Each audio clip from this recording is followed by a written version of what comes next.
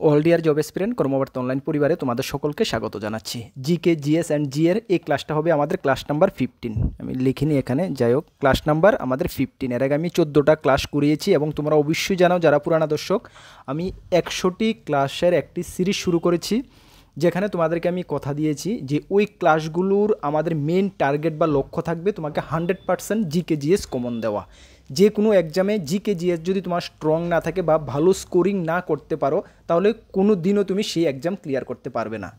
যদি আমরা জিআরবিটিকেই এক্সাম্পল হিসাবে দেখি, গ্রুপ সিকে 170 মার্কের এক্সামের মধ্যে 100 মার্কে জিকে জিএস জিএ। তো সুতরাং জিকে জিএস জিএতে যদি তুমি 100% আমি ছেড়ে দিলাম, 90%ও যদি তুমি 80%ও যদি তুমি এখান থেকে পাও, 80-85 নাম্বার যদি তুমি এখান থেকে পাও, তাহলে বাকি 70 নাম্বারে পার্ট 2তে যদি তুমি 10-20ও পাও, তাহলে তোমার এক্সাম ক্লিয়ার। যেটা আমরা গত বছরও আমাদের স্টুডেন্টদেরকে ওইভাবে আমি টার্গেট দিয়েছিলাম, ওই কৌশল অবলম্বন করতে বলেছিলাম। এবং সেই কারণে আমরা বলি যে গত জিআরবিটি যে এক্সাম হয়েছে, মানে 1 বলো যেটা প্রথম হয়েছে, সেটাতে আমাদের ম্যাক্সিমাম স্টুডেন্ট সফল হয়েছে।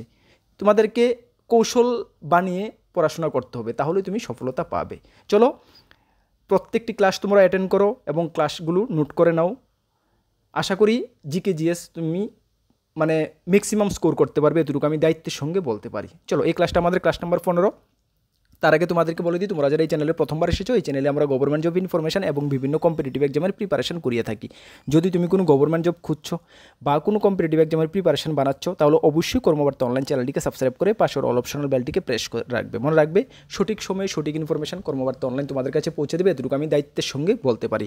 তাছাড়া তুমি যদি বিভিন্ন এক্সামের প্রিপারেশন করছো, যেমন upcoming JRBT, group C, group D, Tripura high court, group D, peon, LDC, steno, Tripura police sub inspector, excise sub inspector, Tripura police constable, TSR, forester, jail police, fire service, SSC, railway, almost all এক্সামের full quality maintain notes আমাদের কাছে রয়েছে। যদি নিয়ে পড়তে হয়, আমাদের WhatsApp number দেখতে পাচ্ছ 9612998930, নাম্বারটা নোট করে রাখো। এই নাম্বারে যোগাযোগ করে পিডিএফ ফরম্যাট নোট অ্যাভেলেবেল রয়েছে, টেলিগ্রামের মাধ্যমে নিয়ে নেবে। যথেষ্ট কোয়ালিটি মেনটেন করেছি, ভালো রেসপন্স পাবে, এটুকু আমরা বলতে পারি। গত 6 বছর ধরে আমরা ইউটিউবের মাধ্যমে তোমাদেরকে পড়াচ্ছি এবং আমরা গর্বের সঙ্গে বলি, এই 6 বছরে ত্রিপুরা সরকারের বিভিন্ন দপ্তরে আমাদের স্টুডেন্টরা চাকরিরত অবস্থায় রয়েছে। যদি তোমাদের আশেপাশে এমন কেউ থেকে থাকে 2-4-5 বছরের মধ্যে চাকরি পেয়েছে, অবশ্যই একবার জিজ্ঞেস করবে কর্মবার্তা অনলাইন নোটস কেমনটা কমন পড়ে, একটি কথা জিজ্ঞেস করবে। আশা করি 10 জনকে যদি জিজ্ঞেস করো, 5 থেকে 7 জন পেয়ে যাবে, গ্যারান্টির সঙ্গে বলতে পারি যে বলবে হ্যাঁ ভালো কমন পড়ে, তারপর আমাদের থেকে নোট নেবে। চলো, আজকের প্রথম কোশ্চেনটা কি সকলে নোট করে নাও।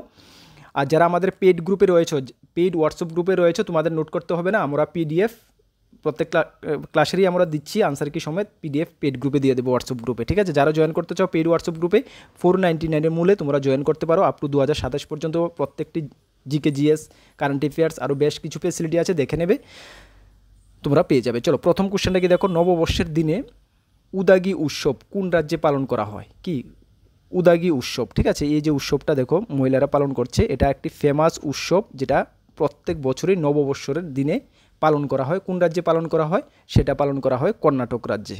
কোন রাজ্যে? কর্ণাটক রাজ্যে পালন করা হয়, ঠিক আছে? তাহলে নববর্ষের দিনে, যাদের ইংলিশ ভার্সনটা প্রয়োজন দেখে নেবে, নববর্ষের দিনে উদাগী উৎসব কোন রাজ্যে পালন করা হয়? কর্ণাটক রাজ্যে পালন করা হয়, ঠিক আছে? চলো, তাহলে কর্ণাটক, যেহেতু কর্ণাটক সম্বন্ধে আমাদের যখন মাথায় আসে আরও কী কী আমাদের মনে রাখতে হবে, বা কর্ণাটক সম্বন্ধে কী কী কোশ্চেন আমাদের পরীক্ষায় এসেছে। চলো, কর্ণাটক যদি বলি, কর্ণাটকে আমরা সকলে জানি যে এই তোমাদের চন্দন কাঠের জন্য কর্ণাটক বিখ্যাত, চন্দন কাঠের জন্য কর্ণাটক বিখ্যাত। তাছাড়া কফি উৎপাদনেও কর্ণাটক কিন্তু ভারতের মধ্যে প্রথম স্থান অধিকার করেছে, ঠিক আছে? কফি উৎপাদনের জন্য। আর কর্ণাটকের রাজধানী কি? কর্ণাটকের রাজধানী তো বেঙ্গালুরু, আমরা সকলে জানি। তাহলে এই দুটি কোশ্চেন তোমরা একটু মনে রাখবে যে কফি উৎপাদনে কর্ণাটক ভারতের মধ্যে প্রথম স্থান অধিকার করেছে, এবং তাছাড়া চন্দন কাঠ উৎপাদনেও কর্ণাটক প্রথম স্থানে রয়েছে, ঠিক আছে? পরীক্ষায় আসে। আর এই ক্লাসে তোমরা অবশ্যই জানো যে বিগত 10-15 বছরে বিভিন্ন এক্সামে যে কোশ্চেনগুলো এসেছে, সেই কোশ্চেনগুলো আমি উঠিয়ে তোমাদের সঙ্গে নিয়ে আসছি, ঠিক আছে? এখানে মিক্সড কোশ্চেন পাবে, হিস্টোরি, জিওগ্রাফি, পলিটি থেকে শুরু করে সব ধরনের সায়েন্স, জেনারেল সায়েন্স, সব ধরনের কোশ্চেন তুমি এই ক্লাস সিরিজটার মধ্যে তোমার কভার করে দেবো আমরা, ঠিক আছে? চলো, সেকেন্ড যে কোশ্চেনটা দেখো, দ্বিতীয় নাম্বার কোশ্চেন, নিম্নলিখিত একটি পশ্চিম বাহিনী নদীর নাম বলো। এখানে যে অপশন দেওয়া রয়েছে, অপশনে চেঞ্জও থাকতে পারে। নিম্নলিখিত একটি পশ্চিম বাহিনী নদীর নাম কি? পশ্চিম বাহিনী নদীর সঠিক উত্তর হবে নর্মদা। হ্যাঁ, নর্মদা হলো এখানে একটি পশ্চিম বাহিনী নদী, ঠিক আছে? আর নর্মদা নদীর উৎপত্তিস্থল কোথায় তোমরা জানো? নর্মদা নদীর উৎপত্তিস্থল, ইয়েস, উৎপত্তিস্থল হয়েছে মহাকাল পর্বতের, মানে কি বলবো, মহাকাল পর্বতের অমরকণ্ঠ শৃঙ্গ থেকে। হ্যাঁ, মহাকাল পর্বতের মেন শৃঙ্গ একটি রয়েছে অমরকণ্ঠক শৃঙ্গ, সেখান থেকে নর্মদা নদীর উৎপত্তি হয়েছে, ঠিক আছে? এবং এটা পতিত হয়েছে মানে একটি উপসাগরে পতিত হয়েছে এটা, হ্যাঁ, একটি উপসাগরটার নাম যাই হোক ঠিক তেমন পড়তেছে না, উপসাগরে এটা তোমার মানে মিলিত হয়েছে। এটা দৈর্ঘ্য হলো 1312 কিলোমিটার। কত? 1312 কিলোমিটার। ঠিক আছে, মনে রাখবে 1312 কিলোমিটার। ওকে, মনে রাখবে। চলো নেক্সট কোশ্চেনটা দেখো, পৃথিবীর দীর্ঘতম নদীর নাম কি? সকলে জানো আশা করি, কমেন্টস করে জানো। পৃথিবীর দীর্ঘতম নদীর নাম কি? কী হবে সঠিক উত্তর?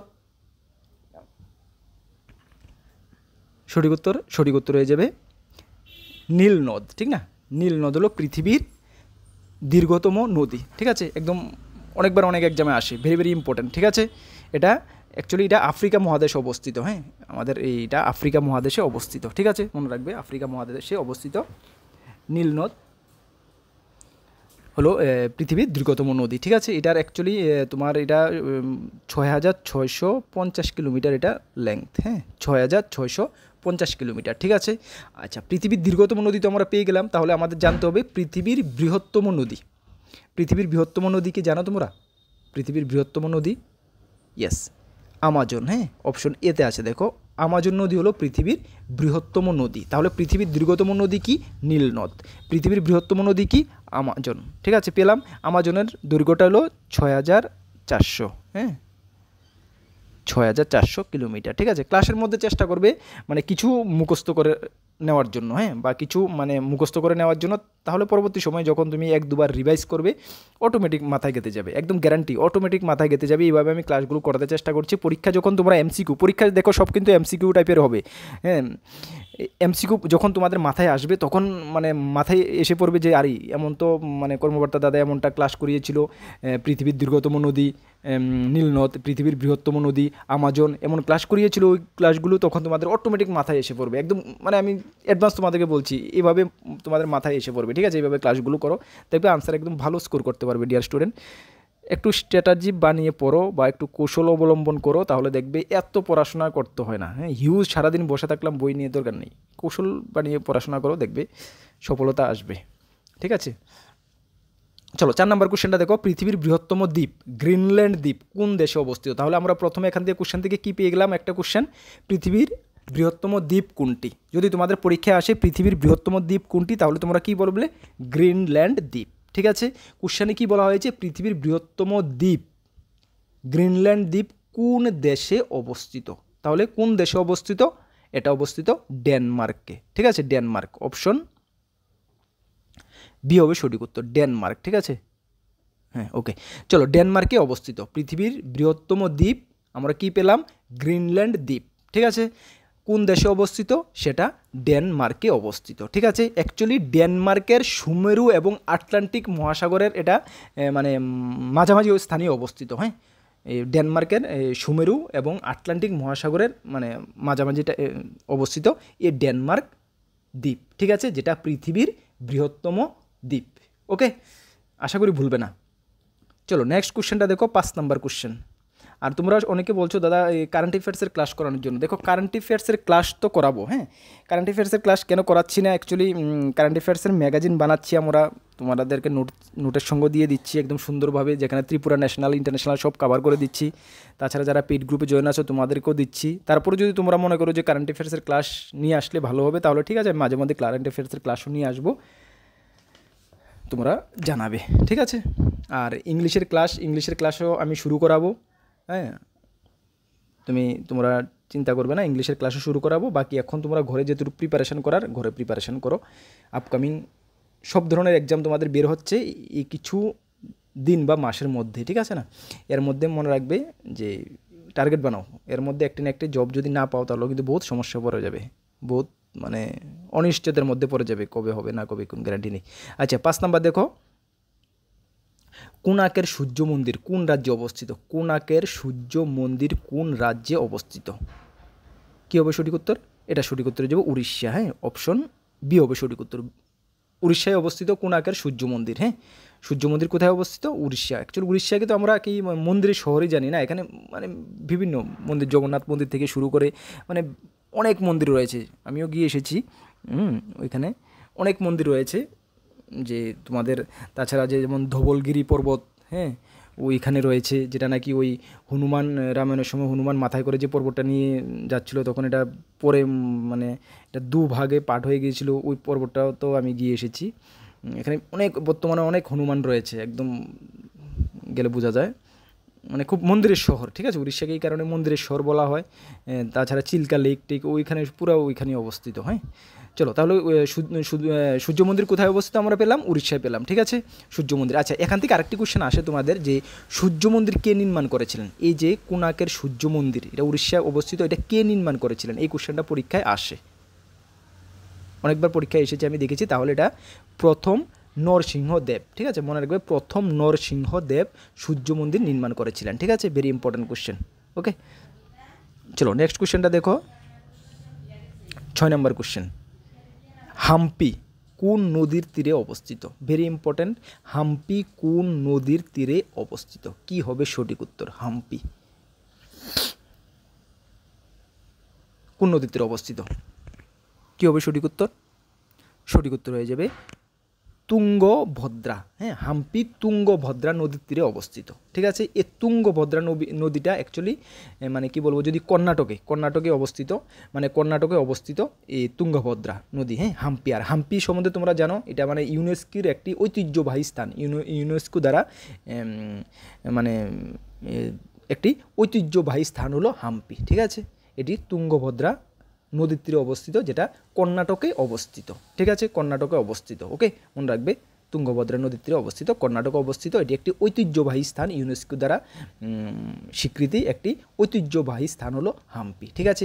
আর এখান থেকে তোমাদের আরেকটি মনে রাখবে, তোমরা হয়তোবা যারা মানে অনেকে জানো যে রামায়ণে কিন্তু এই যে হাম্পি, এই মানে কি বলবো, রামায়ণে যে এই নদীটাকে কিন্তু পম তীর্থ হিসেবে উল্লেখ করা হয়েছে, পম তীর্থ। হ্যাঁ, পম তীর্থ হিসাবে উল্লেখ করা হয়েছে এই তুঙ্গভদ্রা নদীকে। হ্যাঁ, পম তীর্থ হিসাবে উল্লেখ করা হয়েছে, ঠিক আছে, রামায়ণের মধ্যে। ওকে, ইম্পর্টেন্ট কোশ্চেন। চলো নেক্সট কোশ্চেন দেখো, 7 নম্বর কোশ্চেন। ঝাবুয়া কোন রাজ্যের উপজাতি সম্প্রদায়? মানে ঝাবুয়া এটা কোন রাজ্যের একটি উপজাতি সম্প্রদায়? আচ্ছা, তোমাদেরকে বলি, 1 থেকে 14 নম্বর ক্লাস, এটা তো ক্লাস নাম্বার 15, 1 থেকে 14 নম্বর ক্লাস যারা দেখোনি বা নোট করে নাওনি, কেন 14 নম্বর থেকে আমরা পিডিএফ গ্রুপে দিচ্ছি, পেড হোয়াটসঅ্যাপ গ্রুপে, নোট করতে হবে না।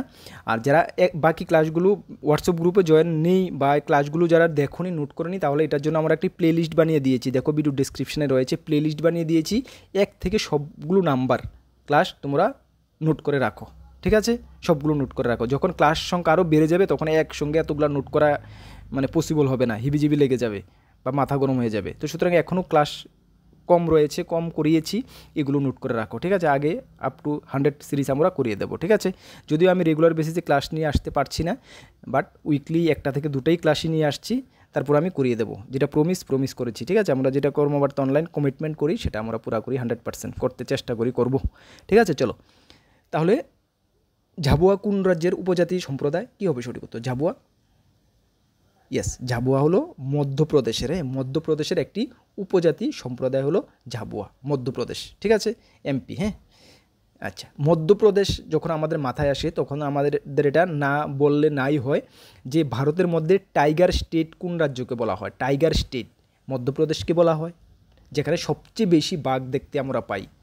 বর্তমানে যদিও এটা কি বলবো, এটা আপ তো হয় না, ডাউনই হয়, বর্তমানে প্রায় 500-র কাছাকাছি কিন্তু বাঘ এখনও মধ্যপ্রদেশে রয়েছে। বুঝতে পারলে, এটা আপ ডাউন হয়, ঠিক আছে, এটা অ্যাপ্রক্সিমেট ফিগার, ঠিক আছে, 500-র কাছাকাছি এখনও বাঘ মধ্যপ্রদেশে রয়েছে, মনে রাখবে, ঠিক আছে। চলো নেক্সট কোশ্চেনটা দেখো, 8 নম্বর কোশ্চেন। ভারতের পূর্ব উপকূলে অবস্থিত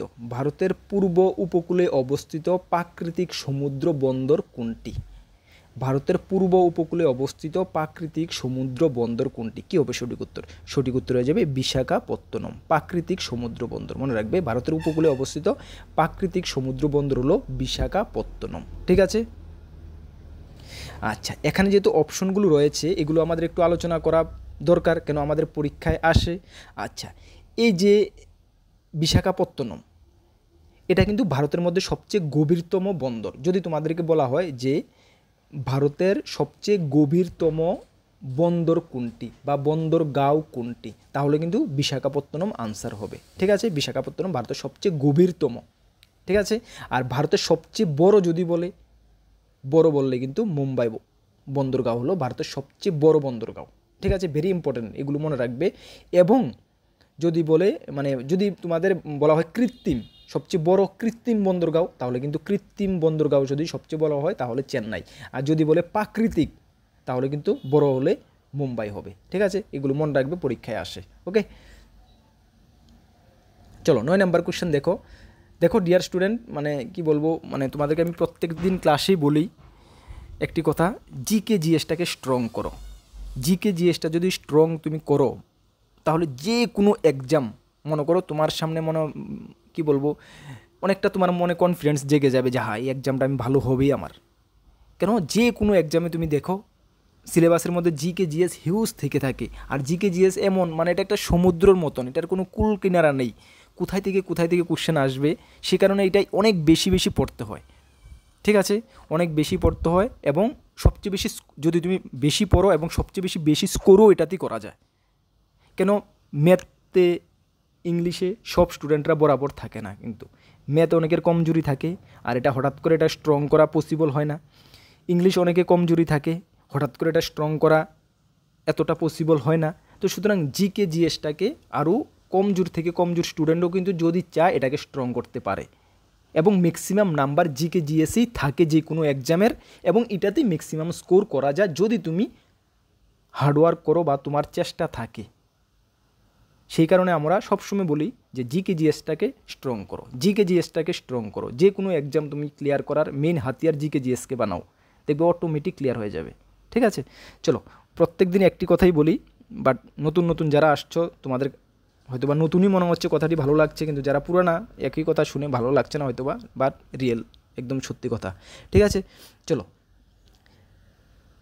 সেন্ট হেলেন্স অগ্নিগিরি কোথায় অবস্থিত? অপশন 9 নাম্বার কোশ্চেন দেখো, সেন্ট হেলেন্স অগ্নিগিরি কোথায় অবস্থিত? কী হবে সঠিক উত্তর? সঠিক উত্তরে যাবে আমেরিকার যুক্তরাষ্ট্রে অবস্থিত সেন্ট হেলেন অগ্নিগিরি। ঠিক আছে, পরীক্ষায় আসে, এটা দেখবে। চলো নেক্সট কোশ্চেনটা দেখো, 10 নম্বর কোশ্চেন, রাওলাট আইন কোন বছর লাগু হয়? কি, রাওলাট আইন কোন বছর লাগু হয়?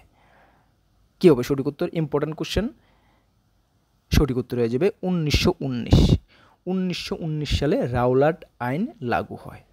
ঠিক আছে, তোমরা জানো যে 13ই এপ্রিল 1919 সালে জেনারেল ডায়ারের নেতৃত্বে পাঞ্জাবের অমৃতসর শহরে জালিয়ানওয়ালাবাগ হত্যাকাণ্ড হয়েছিল।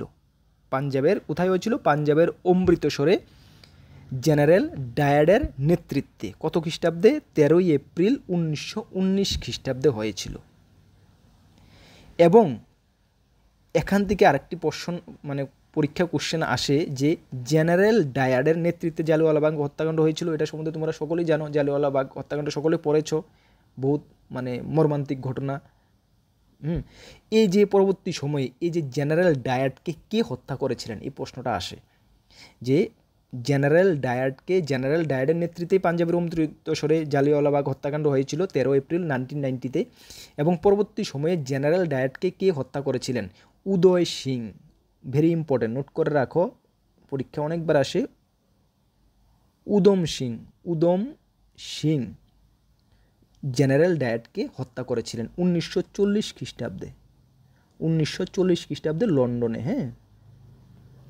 1940 খ্রিস্টাব্দে লন্ডনে উদম সিং জেনারেল ডায়ারকে হত্যা করেছিলেন। ঠিক আছে, ওকে, চলো নেক্সট কোশ্চেনটা দেখো, 11 নম্বর কোশ্চেন, ন্যাশনাল স্টক এক্সচেঞ্জ কোথায় অবস্থিত? NSE, ন্যাশনাল স্টক এক্সচেঞ্জ কোথায় অবস্থিত? সঠিক উত্তর হয়ে যাবে মুম্বাইতে অবস্থিত ন্যাশনাল স্টক এক্সচেঞ্জ। আমরা জানি যে ভারতের মধ্যে দুটি স্টক এক্সচেঞ্জ রয়েছে, একটি হলো BSE বোম্বে স্টক এক্সচেঞ্জ, একটি হলো NSE ন্যাশনাল স্টক এক্সচেঞ্জ। যদি তোমাদের ন্যাশনাল স্টক এক্সচেঞ্জ অ্যাকচুয়ালি যদি তুমি বলো দাদা সবচেয়ে বড় কোনটা, আমি বলবো ন্যাশনাল স্টক এক্সচেঞ্জে সবচেয়ে বেশি ট্রেডিং হয় বা সবচেয়ে বেশি মানে কি বলবো কোম্পানি সবচেয়ে বেশি যুক্ত রয়েছে এবং সবচেয়ে বেশি ট্রেডিং এটাতেই হয়, এনএসসিতে হয়। এবং বিএসসি কিন্তু এশিয়ার মধ্যে সবচেয়ে পুরানো stock exchange. BSc Bombay stock exchange এটা আমাদের এশিয়ার মধ্যে সবচেয়ে বড় সবচেয়ে পুরানো স্টক এক্সচেঞ্জ হলো বিএসসি। বাট এনএসসি ভারতের দুটি স্টক এক্সচেঞ্জের মধ্যে এনএসসিতে সবচেয়ে বেশি কোম্পানি যুক্ত আছে এবং সবচেয়ে বেশি ট্রেডিং এটার মধ্যেই হয় বর্তমানে। ঠিক আছে, ওকে। এটা এনএসসি এবং বিএসসি মানে যেটা শেয়ার মার্কেটের একটি মানে কি বলবো শেয়ার মার্কেটের দুটি ঘর, ওইখান থেকে সব শেয়ার কিনা বেচা যা কিছু সব কিছু হয়। হ্যাঁ, লিস্টিং আনলিস্টিং সব এখান থেকে। হ্যাঁ, কোম্পানি লিস্টিং মার্কেটে লিস্টিং হয়, শেয়ার মার্কেটে, ওইখান থেকে সব কিছু হয়। আচ্ছা চলো, যেটা সেবি রেগুলেট করে থাকে। ঠিক আছে, চলো 12 নম্বর কোশ্চেনটা দেখো। ভারতে প্রথম সার কারখানা গঠিত হয়। ভারতে প্রথম সার কারখানা কোথায় গঠিত হয়েছিল? ভারতে প্রথম সার কারখানা, ইয়েস, ভারতের প্রথম সার কারখানা গঠিত হয়েছিল সিন্ড্রিতে। সিন্ড্রি, হ্যাঁ, সিন্ড্রিতে ভারতের প্রথম সার কারখানা গঠিত হয়েছিল। ঠিক আছে, অপশন সি হবে সঠিক উত্তর। চলো নেক্সট কোশ্চেনটা কি দেখো, 13 নম্বর কোশ্চেন। দুর্গাপুর স্টিল প্ল্যান্ট কার সহযোগিতায় গড়ে উঠেছে? দুর্গাপুর স্টিল প্ল্যান্ট কার সহযোগিতায় গড়ে উঠেছিল? কি হবে সঠিক উত্তর?